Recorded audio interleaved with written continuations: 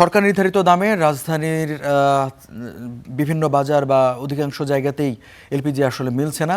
বিস্তারিত জানাবো আমাদের সহকর্মী মগবাজার থেকে যুক্ত হয়েছেন ইমতিয়াজ আহমেদ, এবং ইমতিয়াজের কাছ থেকে জানতে চাইবো, ইমতিয়াজ, সরকার নির্ধারিত দাম 1728 টাকার মতো, তো সেইখানে আপনি যেই জায়গাটাতে রয়েছেন দেখতে পাচ্ছি যে এলপিজি সিলিন্ডার আপনার পেছনে রয়েছে।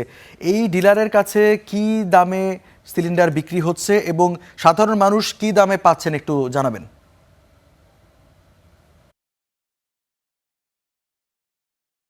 ঠিকই বলেছেন, সরকার নির্ধারিত যে 1728 টাকা সেই দামে আসলে সিলিন্ডার কোথাও মিলছে না। অধিকাংশ যে ডিলার পয়েন্ট রয়েছে সেখানে আমরা দেখেছি যে 1800, 1900, 2000 কিংবা 2200 টাকা পর্যন্ত কিন্তু সিলিন্ডার বিক্রি হচ্ছে। অর্থাৎ সরকার নির্ধারিত দামের চেয়ে 300 কিংবা 500 টাকা পর্যন্ত বেশি দামে কিনতে হচ্ছে সাধারণ গ্রাহকদের। আমরা কথা বলেছি ডিলার পয়েন্টে যারা রয়েছেন তাদের সঙ্গে, তারা বলছেন আসলে তাদেরকে বেশি দামে কিনতে হচ্ছে বলেই কিন্তু তারা বেশি দামে বিক্রি করতে হচ্ছে। আর যারা গ্রাহক রয়েছেন তারা আসলে অন্য কোথাও পাচ্ছেন না বলে কিন্তু তাদেরকে আসলে অনেক ক্ষেত্রে বেশি দাম দিয়ে কিনতে হচ্ছে।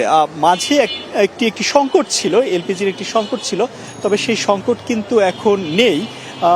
আপনি জানেন যে কিছুদিন আগে যখন প্রায় 381 টাকা 87 টাকার মতো যখন দাম বাড়ানো হলো, এরপর কিন্তু সংকট অনেকটা কেটে গিয়েছে। অর্থাৎ যে ডিলার পয়েন্টগুলো রয়েছে কিংবা যেখান থেকে আসলে বিক্রি হচ্ছে সিলিন্ডারগুলো, সেখানে এখন মোটামুটি পাওয়া যাচ্ছে, তবে দাম অনেকটা বেশি দামে কিনতে হচ্ছে। আমরা এখানে একজন যারা বিক্রেতা রয়েছেন, একজন বিক্রেতার সঙ্গে একটু কথা বলার চেষ্টা করি, তার কাছ থেকে একটু জানার চেষ্টা করব যে এলপিজি এখন সরবরাহ কি ঠিক আছে কিনা এবং বিক্রয় মূল্য কেমন, কি দামে বিক্রি করছেন আপনি?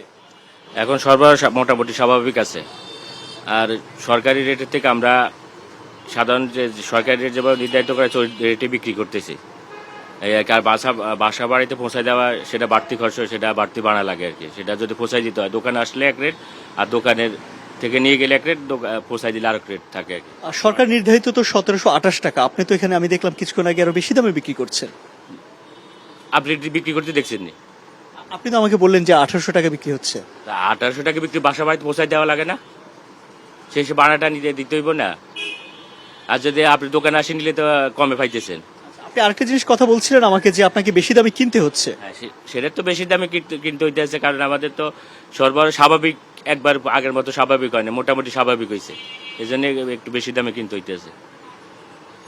তাহলে আপনি কত দামে বিক্রি করছেন এখান থেকে গ্রাহকরা যারা এসে আপনার দোকান থেকে কিনে নিচ্ছে? আমার দোকান থেকে যারা কিনে নেয় পকার বেঁধে আপনার 1750, 1780 এরকম কিনে নিতেছে। ধন্যবাদ আপনাকে। রঞ্জু, তিনি যেমনটা বলছিলেন যে আসলে তারা বেশি দামে কিনতে হচ্ছে বলে অনেক ক্ষেত্রে কিন্তু তারা বেশি দামে বিক্রি করছে, তবে সরবরাহ তেমন কোনো ঘাটতি নেই। এর আগে আপনি জানেন যে একটি যখন সংকট তৈরি হয়েছিল, এলপিজির সিলিন্ডার কোথাও পাওয়া যাচ্ছিল না, তখন ব্যবসায়ীদের কিন্তু একটি দাবি ছিল যে সিলিন্ডারে যদি দাম বাড়ানো হয় তাহলে কিন্তু সিলিন্ডার তারা যে আমদানি করছে সেই আমদানি খরচ তাদের অনেকটা মেটানো সম্ভব হবে এবং তারা খুব সহজেই আমদানি করতে পারবেন। তখন একটি সংকট দেখা দিয়েছিল, কোনো ডিলার পয়েন্টে কিন্তু এলপিজি সিলিন্ডার পাওয়া যাচ্ছিল না।